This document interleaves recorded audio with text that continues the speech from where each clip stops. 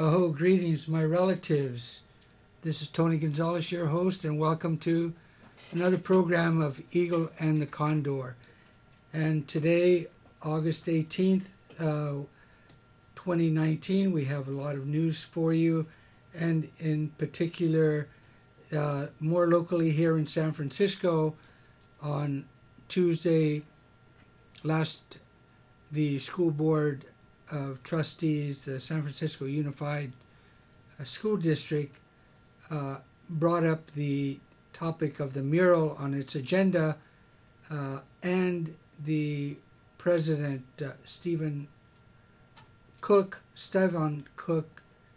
presented an amendment to the June 25 unanimous vote of either to paint over, whitewash, or remove the mural at Washington High School.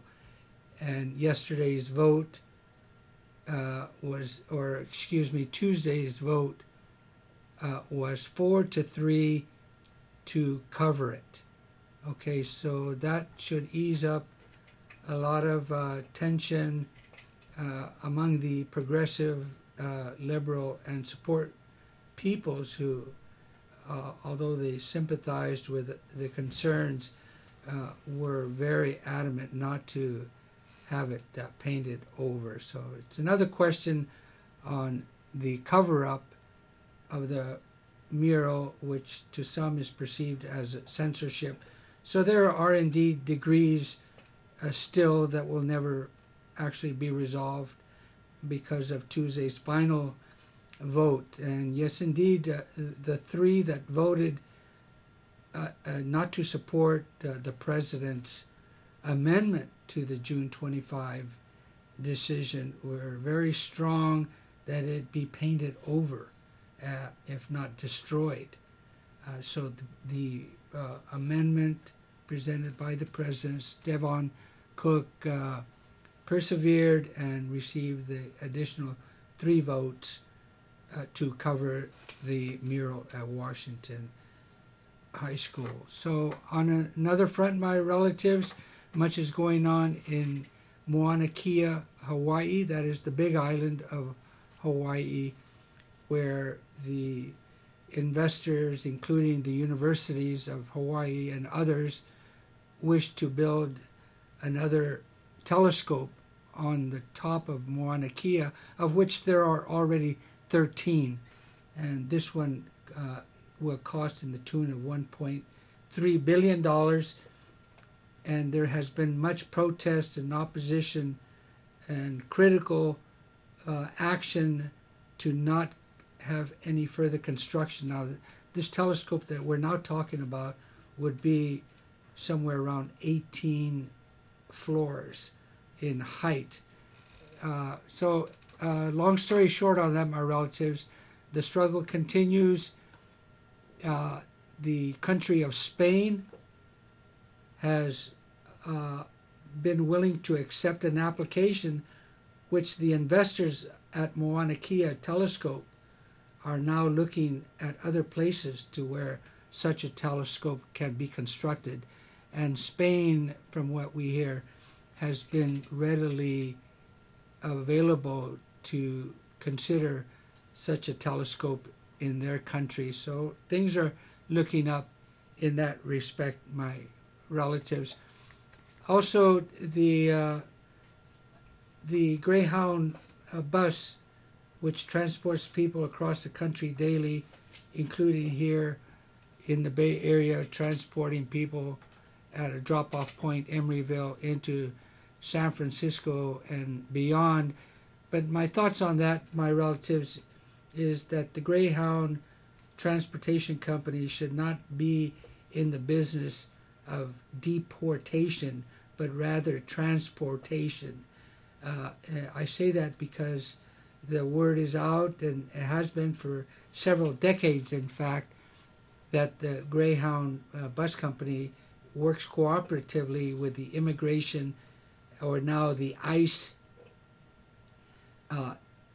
allowing them to come on buses and question people whether they have papers and like that. And just want to share a quick experience I had about 30-some years ago.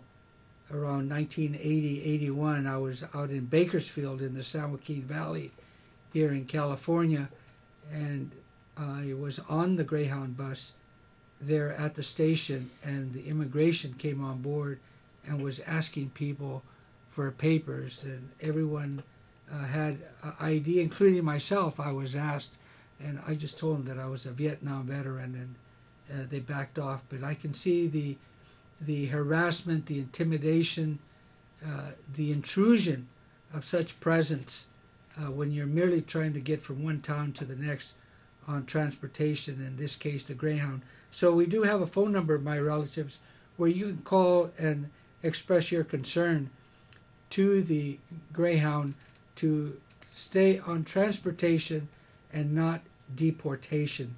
And that number to call Greyhound is area code 214-849-8966. Now, let me give you that number again. Greyhound station at area code 214-849-8966. And tell them that ICE, the Department of Homeland Security, and the Border Patrol off our buses. Buses are for transportation, not deportation, my relatives. And having said that, I do have other announcement, but for now I'd like to take this over to our good friend Bismarck Delgado, who will present to us the Bay Native calendar of events. Hello everybody, I'm Bismarck Delgado giving you the Bay Native calendar of events here on AIM, the Eagle and the Condor. First of all, on August 14th, we'd like to salute our Navajo Code Talkers. At August 14th is Navajo Code Talker Day, so we'd like to thank those Dene brothers and sisters for sacrificing their lives back in World War II. The Native American Future Generations Living in Culture Through Song and Dance, that is a dance and drum practice. That's every Tuesday night from 5:30 p.m. to 7:30 p.m. And that is located at the Roosevelt Community Center at 901 East Santa Clara Street in San Jose. These classes are designed to improve and promote Native American self-esteem, Native American self-image, intergenerational connectedness, and cultural pride. Registration is required for this class, so please contact Stephanie Gregory at area code 408-445-3400 at extension 1053. Once again, that's every Tuesday night from 5:30 p.m. to 7:30 p.m. at Roosevelt Community Center at 901 East Santa Clara Street in San Jose. And registration is required, so please contact Stephanie Gregory at 408-445-3400 at extension 1053.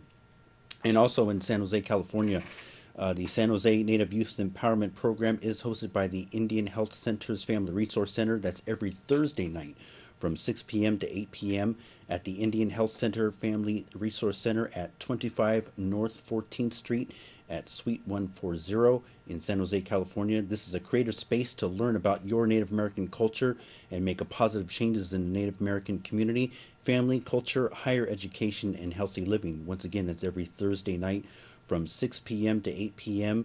at the Indian Health Center Family Resource Center at 25 North 14th Street at Suite 140 in San Jose, California. And also every Thursday night in Oakland, California, it's the powwow dance and drum practice at the Intertribal Friendship House located at 523 International Boulevard in Oakland, California. That's every Thursday night from 6 p.m. to 9 p.m. There is no registration required for that place. Just show up at the Intertribal Friendship House in Oakland. That class has been going on for the past 20 years, and that is a place for Bay Area Native American people to learn powwow dance and drum practice, and it's nothing but family, fun, and friendship. And also, too, a call for support from the Oglala Nation at Pine Ridge, and that is from the Lakota People's Law Project. In the aftermath of flooding from Winter Storm Ulmer, please see oglalaoyankerelief.org, and that's a place to find needed information and provide support set up by the Lakota People's Law Project. Please share with anyone who might be able to help. Wopila from Chase Iron Eyes, and you can contact him at chase@oglala.org. That's an email address.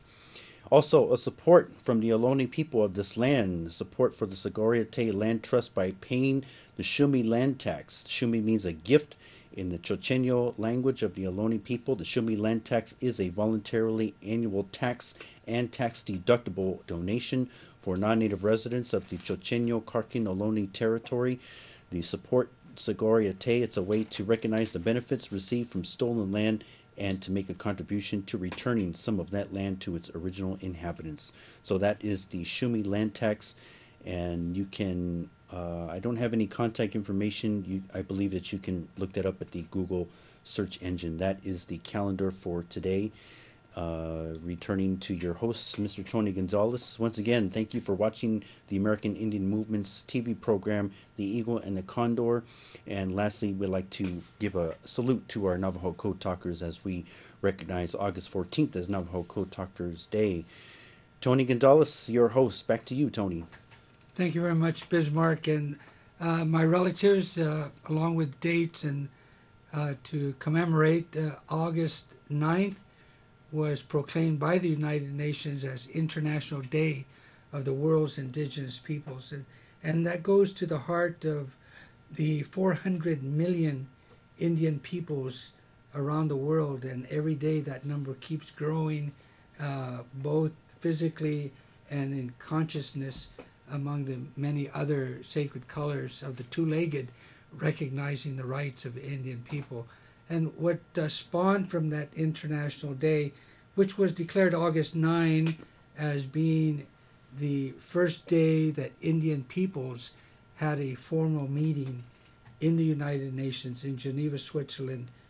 And that was with the United Nations Working Group on Indigenous Populations in 1982. And also what spawned from that growth and development was the signing of the United Nations Declaration on the Rights of Indigenous Peoples, adopted by the General Assembly September 13th of 2007. Now, those articles, 46 articles in the United Nations Declaration on the Rights of Indigenous Peoples, are the minimum international standards for the rights of Indian people, and for governments to work in conjunction with those communities, nations, and peoples in furthering better understanding in their homelands and helping to secure their rights to land, culture, spiritual sites, and the practice of their spirituality, and most importantly, right to self-determination.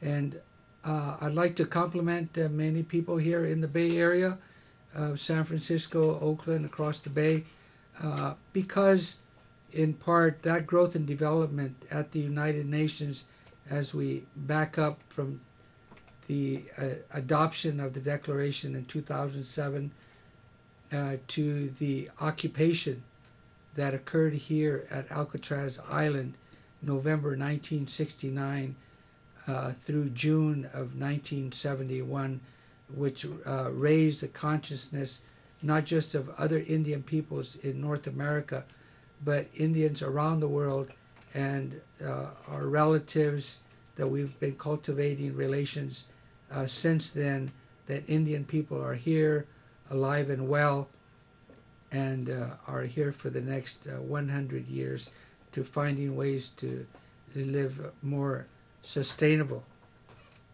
So there is the celebration August 9th that was held.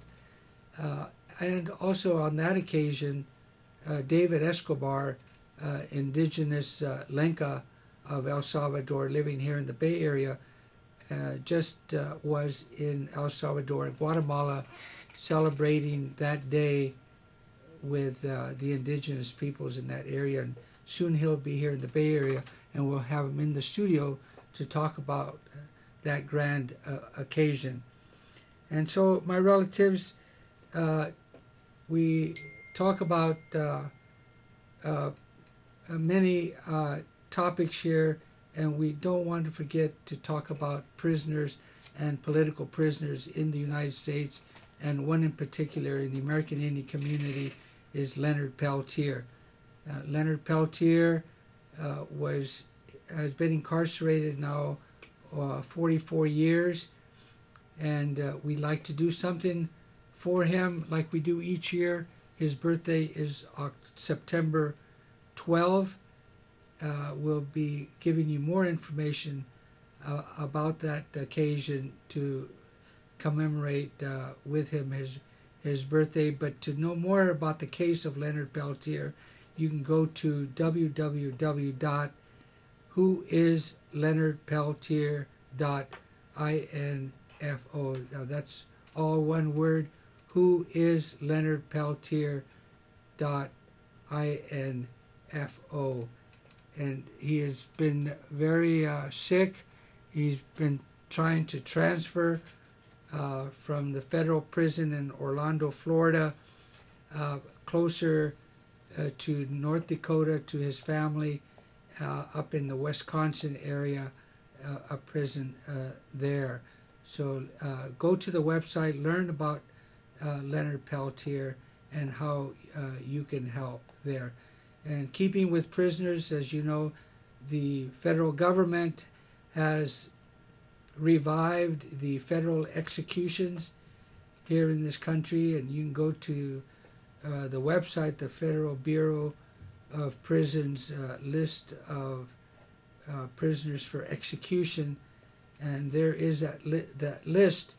And among that list of federal prisoners to be executed is Lesmond Mitchell, who was a Navajo man in his 40s who committed a crime about 20 years ago, and he's been there on death row, and he's due for execution on December 11th of this year, 2019, and we hope there's some way that executions can be stopped altogether.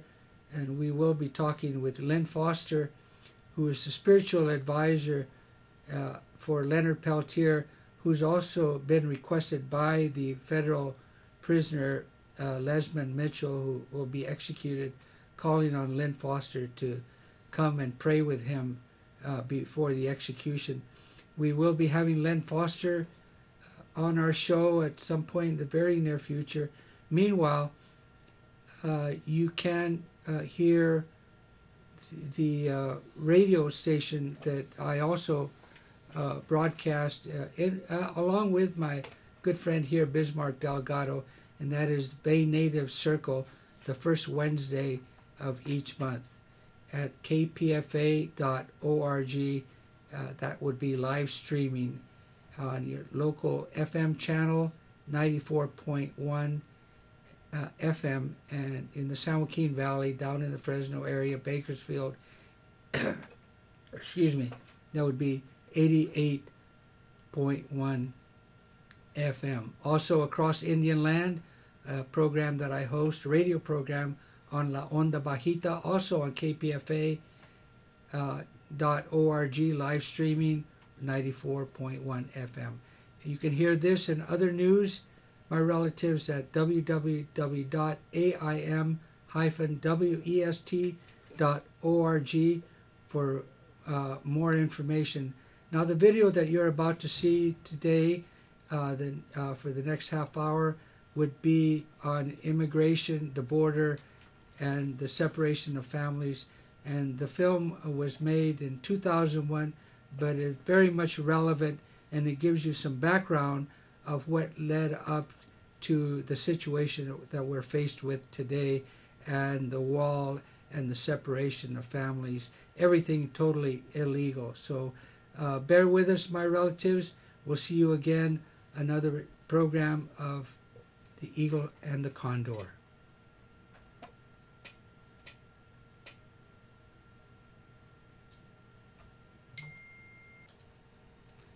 And my relatives, water indeed is sacred. Imni Wichoni. And indeed, there was a world conference on water held August 13th through the 15th. And just outside Rapid City in South Dakota. And the delegates who helped organize that Water Summit Conference, namely Joaquin Lapointe, his brother Thorne, and our good friend Pierre Tran, who both went to Geneva, Switzerland in mid-July and participated in the MRIP conference in Geneva, Switzerland at the UN. MRIP is the acronym EMRIP, Expert Mechanism on Rights of Indigenous Peoples.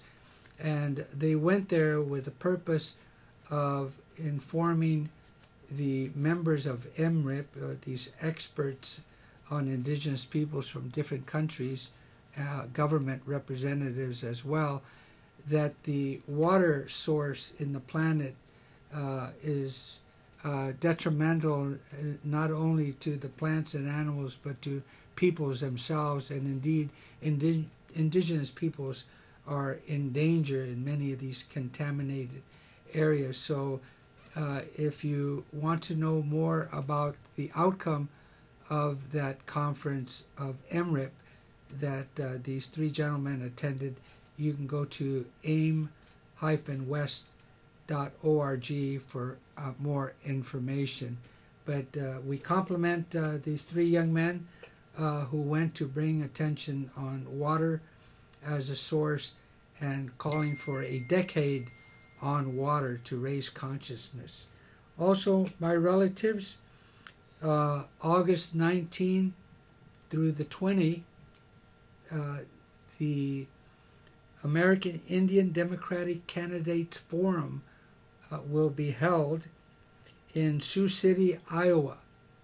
And this is a time where presidential Democratic candidates have been invited to come and speak with 2,500 members of the Indian communities throughout the country. A site has been provided for this forum to happen, and Indian leaders throughout the country are being invited to come and listen to what these candidates have to say about protecting the rights of Indian peoples in this country. Many have been invited, as they say, many are called, and few are chosen to be there.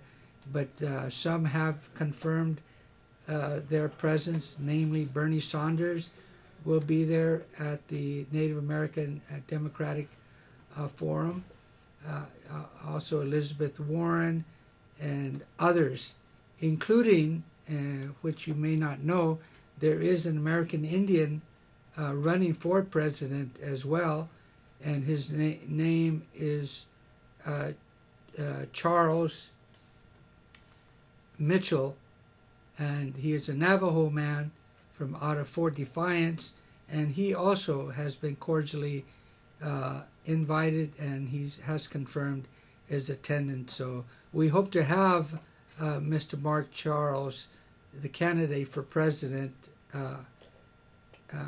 and of the Navajo Nation, here in San Francisco at the annual AIM West Coast Conference that will be held in San Francisco November 15th and 16th. So try to come out so you can have a chance to meet him as well.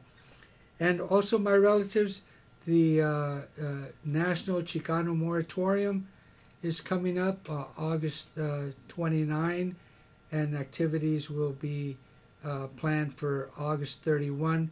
But August 29, 1970 marks an important day in the history of the Chicano peoples of Aztlan, or that is the southwestern part of North America, the United States. 3 people were killed that August 29, 1970, namely a well-known journalist, Ruben Salazar, and 2 other people. And this date should not be forgotten, should be commemorated, because the issues of that day are still issues today, and that is against militarization and imperialism and the use of so much military monies taken away from the national budget and away from services that are needed in all our communities, namely in health and in education. Also, the demonstration of August 29th was to protest the drafting of military people to Vietnam and the high rate of Chicano peoples that were being killed at a high rate, and to stop the draft and like that, and also about prisoners and the disproportionate number of Chicanos and people of color in the prisons. These are issues that were present in 1970 and up to the moment. So we need to commemorate and recognize the leadership in our communities as the Chicano Indio community is rising up to identify themselves more with Mother Earth and joining forces with the American Indian community here in North America, and indeed throughout the hemisphere and in the international arena. There's a lot of credibility in the Chicano movement among the international community, and we should find ways to maintain that relationship and grow and to understand each other in a good way. And finally, my relatives, we've been talking about excuse me, this phone here keeps on ringing, but we've been talking about the killings for the last 2 weeks of what's been going on here in this country, and the shootings that occurred in El Paso, Texas, the shootings that occurred in Dayton, Ohio, and even here in Gilroy, California, are needless shootings by people who are seemingly attempting to provoke conflict here in North America, because many of these targeted peoples are people of color, namely Mexican peoples, as was stated in one of the manifestos declared in El Paso. So this is a collective shooting targeting a particular peoples, and we should be aware of that and seek some remedy to providing the protection necessary for these class of peoples who are being targeted, as well as Mexico stepping up as a government and letting the United States know that targeting Mexican peoples in the United States cannot be tolerated, my relatives. And the killing has occurred throughout the country over the this past year. Many shootings. I can't give you the number of the thousands that in the last decade. And let us not forget the shooting that occurred in Las Vegas with 53 people killed there as well. So we in the American Indian community and the Mexican community and Chicano community and the interfaith communities, we offer our condolence and prayers to the families who have suffered so much, my relatives.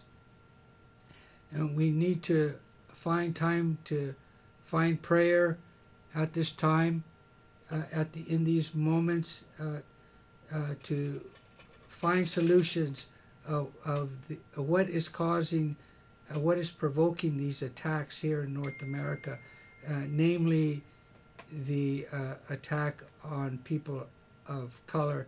And we need to find this in prayer. We are a spiritual movement, and we hope to maintain that position in seeking positive solutions to these killings that have occurred. There are exorbitant number of guns and rifles, military type weapons that are still being sold that need to be prohibited, if not banished altogether. And to remind you, there is a book out by a person, a woman, Pamela Hagen. I believe, called The Gunning of America, where she had mentioned that, for example, the Tommy guns that we have heard so much about from the Roaring Twenties and the Al Capone days of the 20s and 30s, and they had these machine guns proliferated throughout the country. And these machine guns, really, there are 20,000 machine guns, Tommy guns, that were sold during that period from a country that had initially ordered them and then decided not to buy these 20,000 Tommy guns. And they were brought back to the country and they were sold, and that is the problem that we have. Another book to get is Loaded by Roxanne Dunbar Ortiz, that goes to the amendment on the right to bear arms. So that's it, my relatives. Back to the video.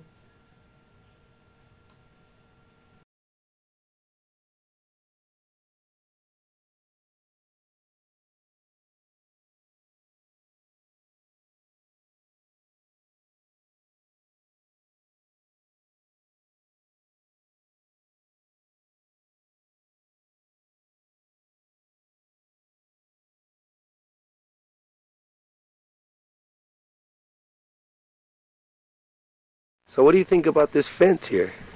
I think it should be knocked down by a crane. Why? Because it's stupid. It makes my head burn. Yeah? What do you think about all the people that live on the other side of this fence? I think they're nice. Why do you think they have to build fences like this? So they won't get across, but they should knock it down. Because it's not fair for the Mexican people back there, because they weren't doing anything. Yeah? The Americans just decided to, boom, close down this way.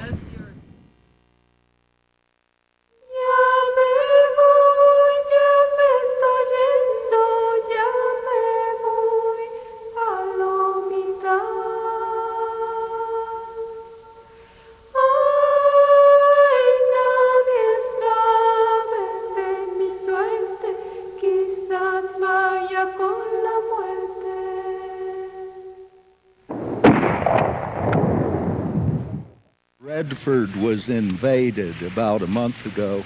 May 20th, 1997.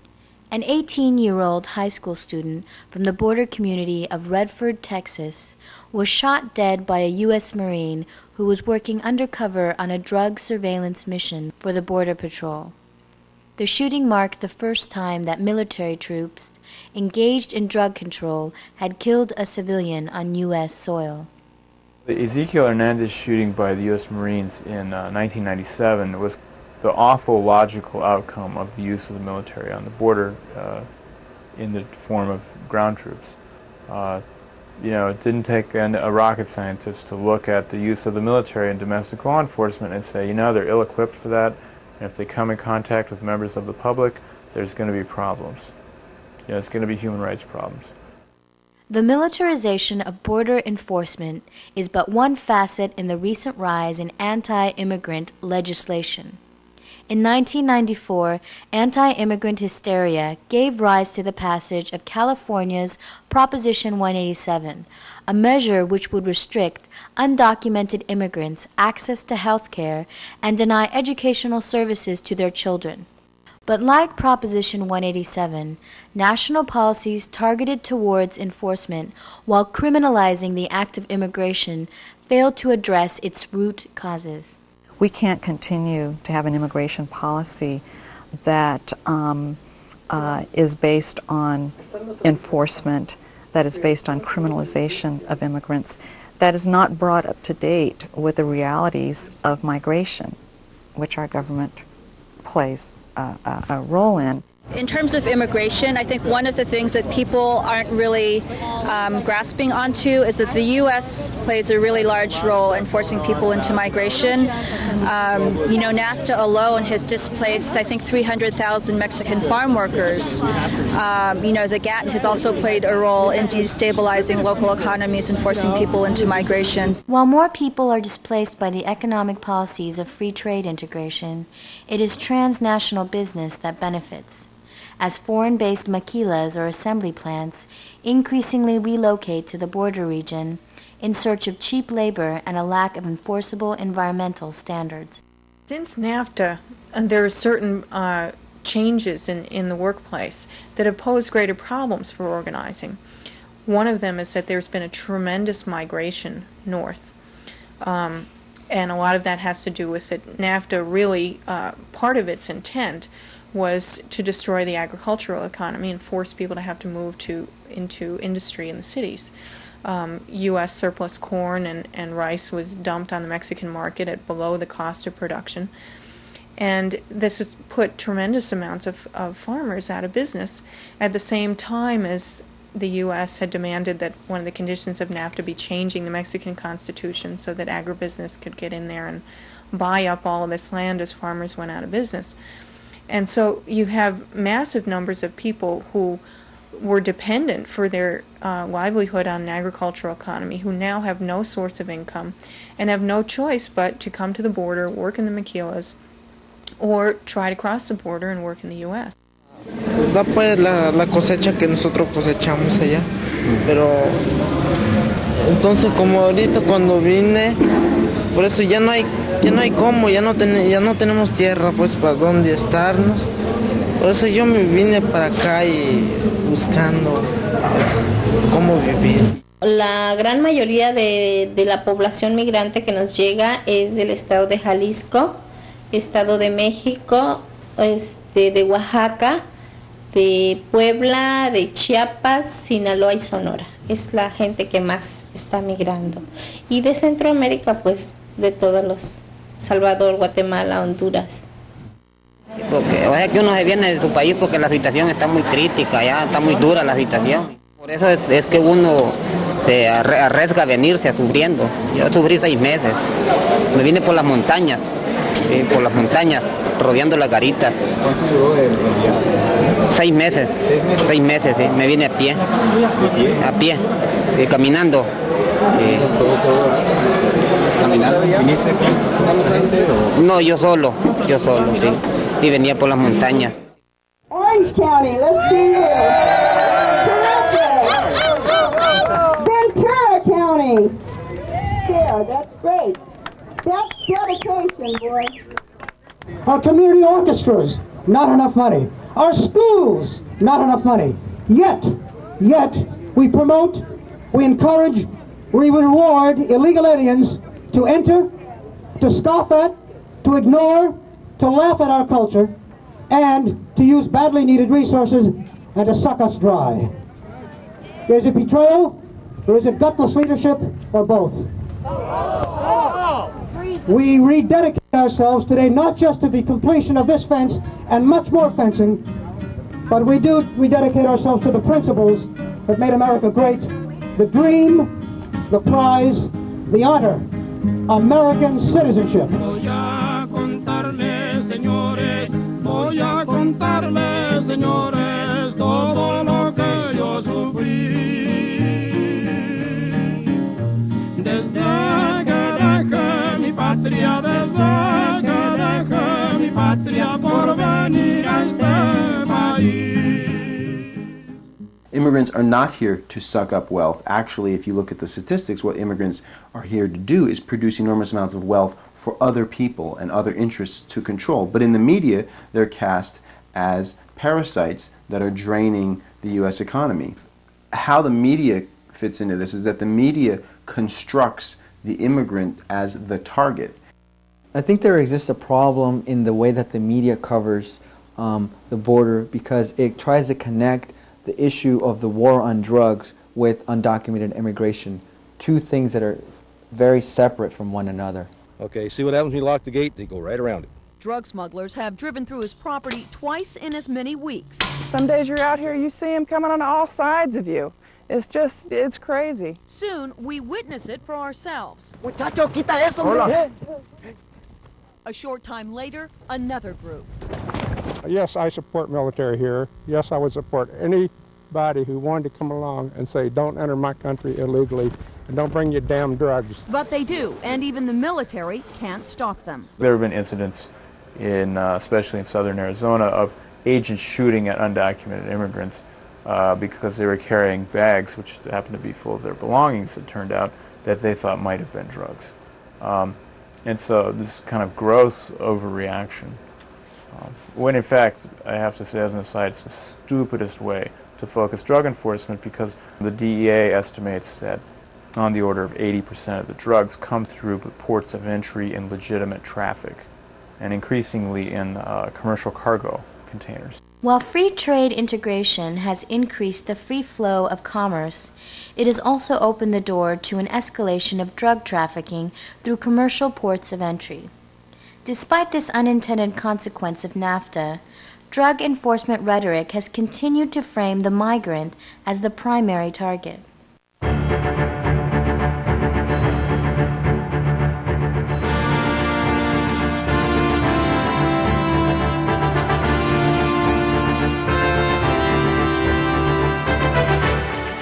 It has really changed the way drug smugglers have to operate along the Mexican border, and it has made police work much more effective in terms of dealing with drugs being smuggled.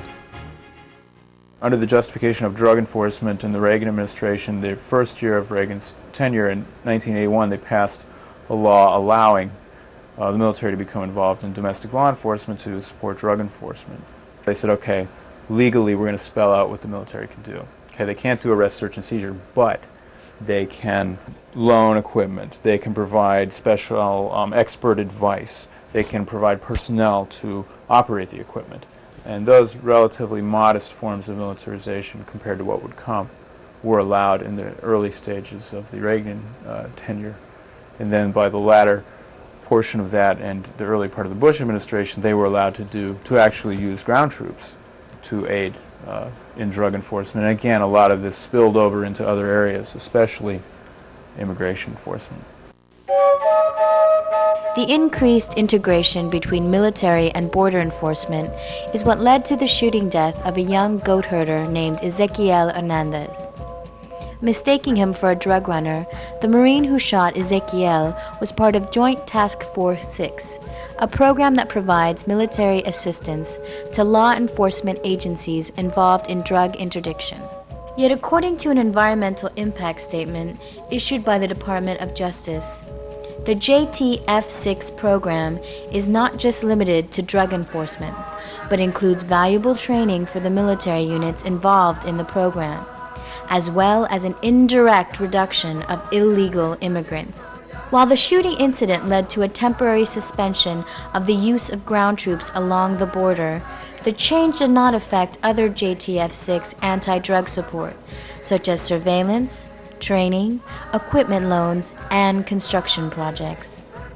In San Diego, the most visual example of law enforcement's reliance on military equipment and construction is a 10-foot border wall stretching inland from the Pacific Ocean. The gentlemen who are building this fence are National Guardsmen, mostly from California, but some of them from around the United States. They work for Team Engineer, commanded by Captain Wade Rowley, who's been working to build a border here for the last 6 years. These folks are energetic, they're enthusiastic, they love what they're doing. They know they're keeping drugs out of our country, and they have high morale. And with Dick Cheney as Secretary of Defense and Steve Duncan his Undersecretary for Drug Interdiction, we combed every single military base from Guam to Guantanamo, and we found steel landing mat. A steel landing mat is approximately 2 feet wide, 10 feet long, and it's the kind of steel that you use to knit together to make a runway, like the ones we used in Desert Storm.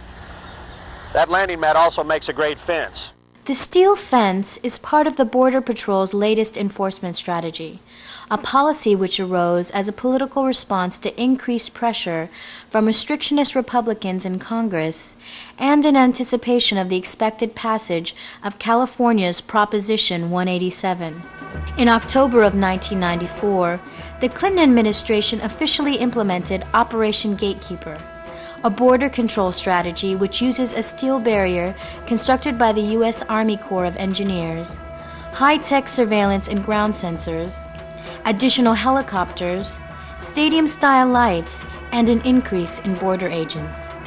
Designed as a strategy to force migrants into the rugged terrain east of San Diego, Operation Gatekeeper has been expanded to include a triple fence strategy, or a three-tiered wall formation. When completed, the triple wall will extend 14 miles inland into San Diego County. Along the border itself, the old fence has given way to a sturdy steel barrier of military landing mat, and the evening shadows retreat in the glow of row after row of stadium-style lights. Together, these improvements have helped the Border Patrol to achieve Operation Gatekeeper's primary goal, steering would-be border crossers away from populated areas to the isolated rugged terrain east of San Diego. In other words, the Border Patrol strategy of pushing migrants into areas where it's harder to cross, and the desert and the mountains, really takes advantage of the topography of the land to be used as a barrier against undocumented immigration. And what that has led to is a lot more deaths along the U.S.-Mexico border. Desde que Operación Guardián empezó a esta frontera, lo que ha incrementado son víctimas que han muerto. Han muerto por el calor, por desolación, y han muerto también por el frío, la nieve. Esa es otra de las cosas que, como aquí están poniendo tanta vigilancia, como hay tantos agentes de la patrulla fronteriza aquí en Tijuana, la gente está optando por buscar otras fronteras. Hace un momento yo platicaba con una migrante en mi oficina y me decía que ella estaba muy desesperada porque quería regresar a Estados Unidos. Su hijo allá creció, su hijo se lo llevó chiquito, está grande, ella quiere regresar. Ya intentó una vez por Tecate, pero fue fatal para ella. Las asaltaron, les robaron el agua, les robaron la comida. Aún así, ella dijo, vamos a seguir caminando. Hubo un momento en que vio a su hijo ya pues muy desesperado de la sed, del hambre, y los muchachos que iban con ellos le dijeron, bueno, pues ahí está una casa abajo, si quiere bajamos, pedimos agua. Los muchachos bajaron, ellos se quedaron cerca de ahí, y la gente que vivía ahí le dijo, no te voy a dar agua, voy a llamar a la patrulla de migración, y fue lo que hicieron. Y cuando íbamos para afuera me encontré a la inmigración y me dijo que a dónde iba, y le dije, no, pues es que vengo de acá. ¿De dónde? Me dijo. Le dije, es que yo vengo de acá. Me dijo, ahorita te voy a investigar, me dijo. Le dije, es que yo tengo que estar aquí porque mi hijo va a la escuela aquí. Mi hijo tiene tantos años. Eso no interesa, me dijo, que tú tengas tantos años aquí. Tú eres ilegal, me dijo. Where we were crossing, there were a lot of people that they said sometimes the people die in the mountains. Politically, Gatekeeper is a success, as it creates the appearance of a border under control. Meanwhile, more and more migrants continue to perish in remote areas. As of 2001, more than 600 migrants have lost their lives in California since Operation Gatekeeper began. Just as in California, migrants are being forced into dangerous terrain border-wide, and while the dominant U.S. media outlets continue to pay little attention to this epidemic, it is the Mexican media which more often portrays the migrant's story. Justo en el momento en que este equipo de reporteros grababa imágenes en la orilla del río para la realización de un reportaje, se observó a un grupo de 3 jóvenes que comenzaban a intentar a nado el cruce. Al ver del lado americano que ya llegaban elementos de la patrulla fronteriza, intentaron regresar a la parte mexicana, y es ahí cuando se suscita la tragedia.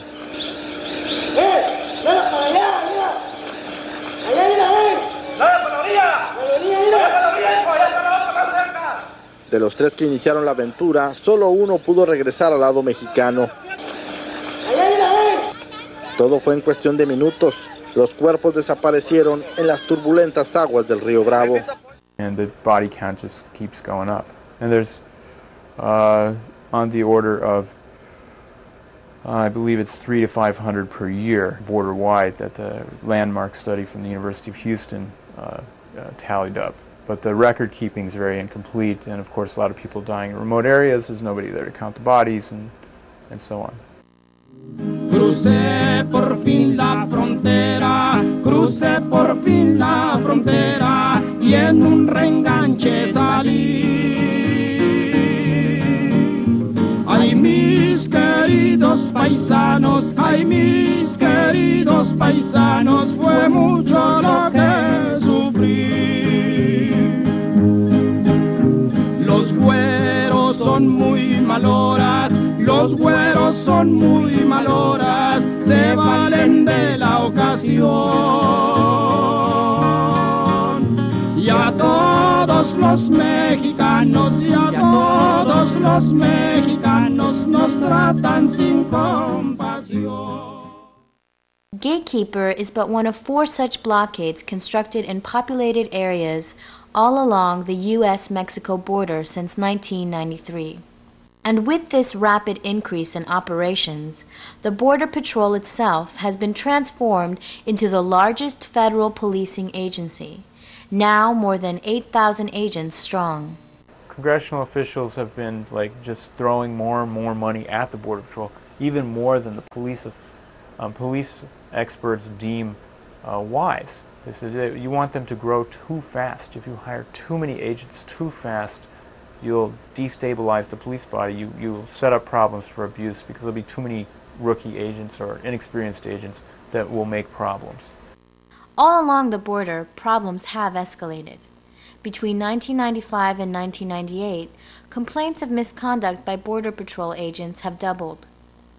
Accusations include entrapment, illegal searches, sexual assault, and excessive use of firearms. In September of 1998, one such abuse resulted in tragedy.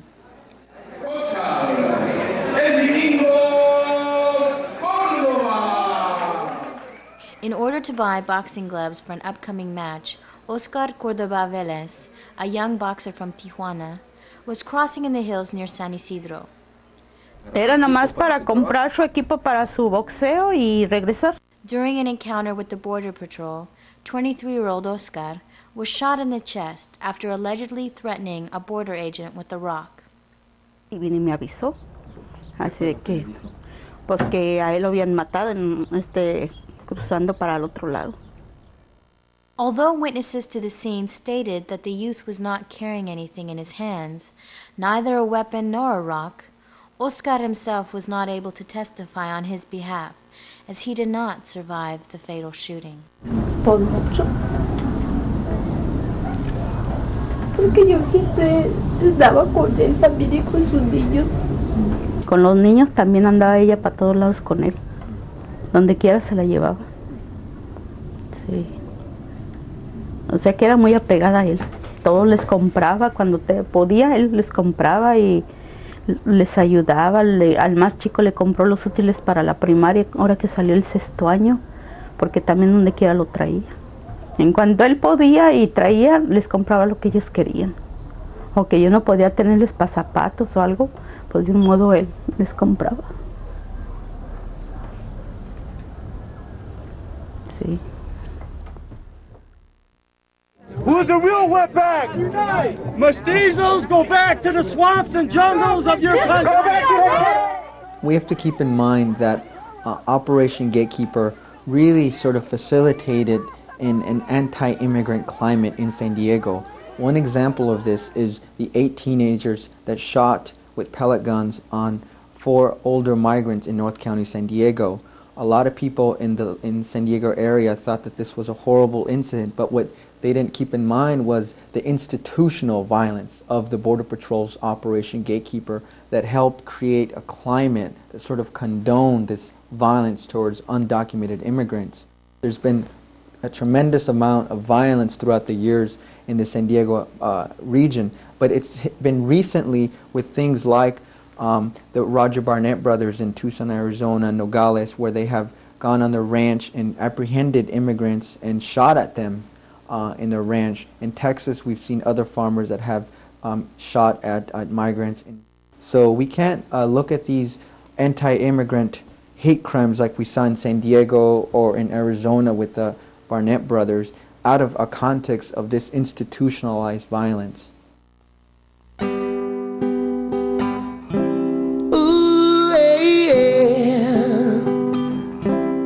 We must remember what this wall symbolizes. It is the symbol of oppression. It's a symbolism of exploitation. It's a division that has been created that is in contradiction to the spirit, supposedly, of NAFTA that is being created here in this country.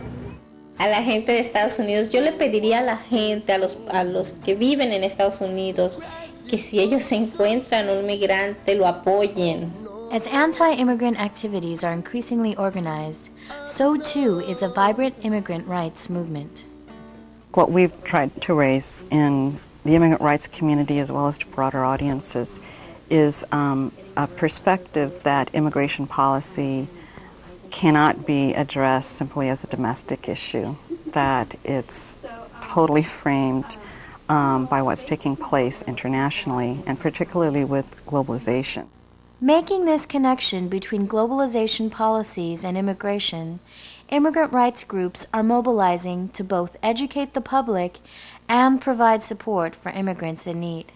Now we are organizing nationally through the churches. The immigration laws that are in place, they are unjust, and that we must respond in a humanitarian way to the refugees, economic refugees and political refugees that are coming. In Arizona, sympathetic ranchers have formed Citizens for Border Solutions, or CBS. In addition to speaking out against anti-immigrant activities, CBS also provides services to migrants. In resistance to Operation Gatekeeper, San Diego's La Resistencia has organized aid drives, bringing food, water, and other materials to migrants traveling in desolate areas. We're not going to be satisfied with just looking at immigration policy just within the confines of the U.S., but we really have to take steps to look strategically to the impact of our foreign policy, the impact of economic policies, U.S. role within the World Bank, within kind of the global economic structures, all of those factors that contribute to migration. And unless we do that, we're really going to create policies which, of course, we feel are very narrow, don't have a human rights framework, and also don't bring about an end to the kind of conditions that force people to migrate. But now they want to call me an illegal man. Am I not a man? Am I not a man? Why can't the Yankee understand that I am his brother man?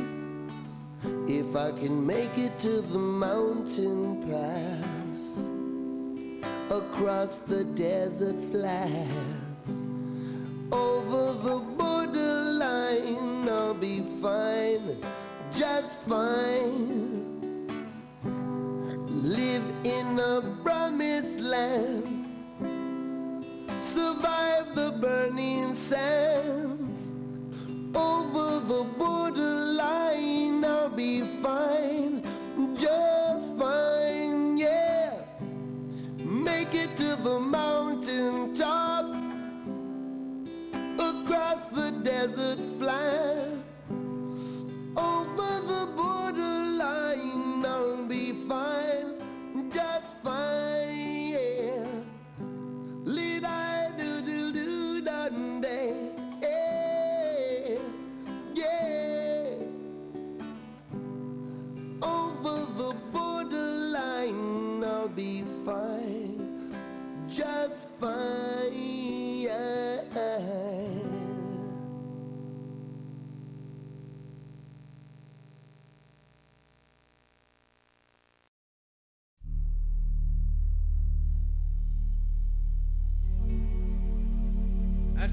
I say to America, I want you to remember our past. This past will give you direction for the future. Just as our people in our past, we are the spirit of the future. The spirit of this land lies rooted in the history of Native people.